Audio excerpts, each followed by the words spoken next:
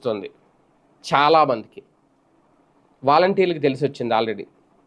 జగన్ని కాదని బయటికెళ్ళి కూటమికి సపోర్ట్ చేసి వాళ్ళు 10,000 ఇస్తాను అంటే నమ్మి అధికారంలోకి వస్తే వాలంటీర్లకు ఎక్కడో తీసి పెడతాం, వాలంటీర్ని అందలు వెక్కిస్తామంటే నమ్మి కొంతమంది కావాలని జగన్కి కాకుండా వైసీపీకి కాకుండా వాలంటీర్లు అందరూ కలిసి కూటమి ప్రభుత్వానికి ఓట్లు వేయించారనే ఆరోపణలు నిజం అనేలాగా వాళ్ళు వ్యవహరించిన తీరు అధికారంలో రాగానే వాళ్ళు పక్కన పెట్టేశారు. ఒక్కసారిగా 10,000 లేదు, వాళ్ళకు ఉద్యోగం లేదు, అసలు ఇంతకుముందు జగన్ ఇచ్చిన 5,000 లేదు.